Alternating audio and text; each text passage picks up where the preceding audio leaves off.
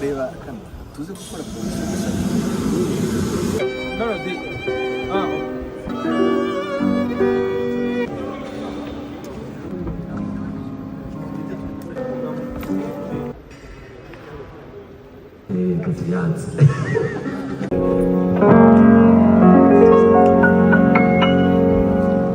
Yes, so murabona ko turi muri setup, ibintu bimeze neza cyane.